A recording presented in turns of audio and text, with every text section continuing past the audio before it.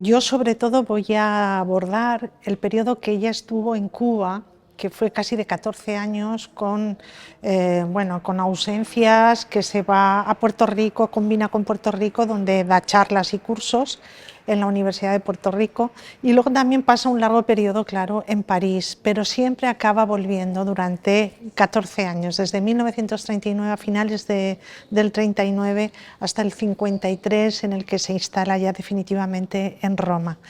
Podemos decir que esa etapa cubana, donde ella realmente pasó la travesía del desierto, del exilio, y descendió a esas catacumbas de la historia, esos ínferos de la historia, para resurgir y volver de nuevo a reinventarse, ¿no?, su propia historia como persona, pues podemos decir que en esos 14 años la producción de María Zambrano es fundamental. Escribe obras esenciales en su largo camino de la razón poética, obras como La agonía de Europa, El pensamiento vivo de Séneca, Isla de Puerto Rico.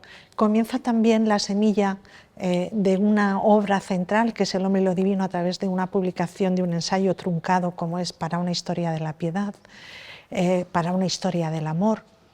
Como vemos, escribe también Las mujeres de Galdós, es decir, incluso en La isla llega a redactar Delirio y destino, su autobiografía, que no se publicará hasta casi 20 años después. Como vemos, prácticamente la estancia de María Zambrano en Cuba es una estancia esencial. Ahí se forjó realmente como pensadora y se inscribe las grandes líneas temáticas que van a recorrer a lo largo de toda su trayectoria intelectual. Podríamos emular el título del que ella hace del pensamiento vivo de Séneca, podríamos hablar del pensamiento vivo de María Zambrano. De hecho, yo he dado una conferencia con ese título y realmente María Zambrano yo creo que tiene mucho que aportar en la crítica que hace a la razón idealista, sistemática de la tradición metafísica, y su propuesta de una nueva razón, una razón poética que tiene también en cuenta el lado más pático, más emotivo, más emocional, ¿no?, del ser humano, ese lado del sentir que ha sido olvidado por la más reciente filosofía del siglo XIX, XVIII, XIX, desde el racionalismo, incluso en el XVII. Sin embargo, ella nos propone que hay que dar una imagen integral del ser humano, donde no solamente se tenga en cuenta su dimensión racional o intelectual, sino también emocional, ¿no? Su dimensión pática viene de pados, sentimiento, pues eso, emoción. Yo creo que ese nuevo camino, esa demanda que ella plantea de una nueva razón es muy vigente. De hecho, todos los grandes filósofos del siglo XXI, los jóvenes incluso que empiezan ahora a desentrañar el camino de la filosofía, pues yo creo que van por esa línea, o sea, una búsqueda de una nueva razón, una razón menos sistemática, una razón mucho más discursiva, incluso más literaria, con un margen mucho más amplio, que dé cabida incluso, que dialogue con otros discursos como puede ser la literatura o la psicología o la antropología, por ejemplo, también. En el último plan de estudios para secundaria, pues sí que está una presencia obligatoria de la historia de la filosofía en todos los segundos de bachillerato, tanto de ciencias como de letras, con lo cual es un avance. Pero en lo que no se avanza tanto y cuesta mucho más es en la presencia de mujeres en los contenidos curriculares de la ESO y del bachillerato.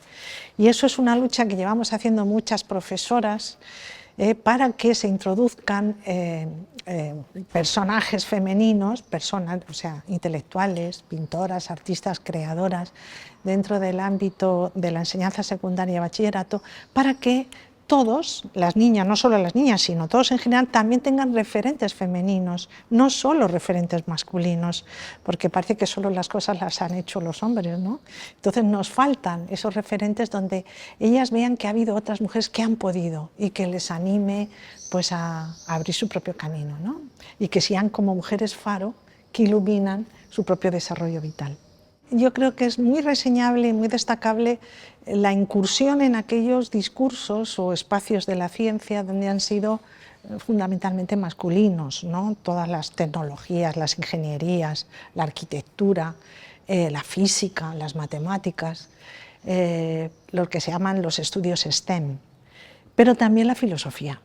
La filosofía hasta hace muy poco ha sido prácticamente un espacio dominado por los hombres, por los intelectuales, y las mujeres han sido siempre un poco relegadas. De hecho, ha habido una gran crítica por parte de los filósofos de la capacidad intelectual de las mujeres.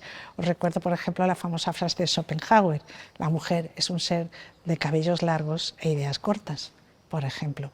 O el prejuicio, la misoginia que tenía Nietzsche hacia las mujeres, o Aristóteles, que consideraban que estaba a la misma altura intelectual que los esclavos porque no tenían capacidad intelectual y por tanto tenían que ser dominados por un ser masculino que dirigiera sus acciones. Es decir, dentro incluso del propio ámbito teórico de la filosofía, la mujer no lo ha tenido tampoco fácil. Y a las pruebas me remito, es decir, si yo pregunto o preguntara a los alumnos cuántas mujeres filósofas conocen, pues realmente yo creo que dirían muy pocos nombres.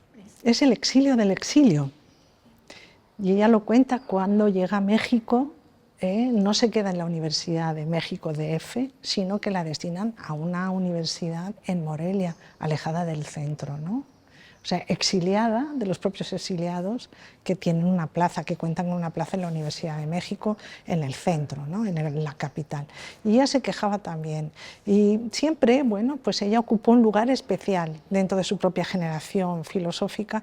También yo creo que no solo por su condición femenina, evidentemente, también por su propuesta filosófica, que se diferencia y se distancia de sus compañeros generacionales.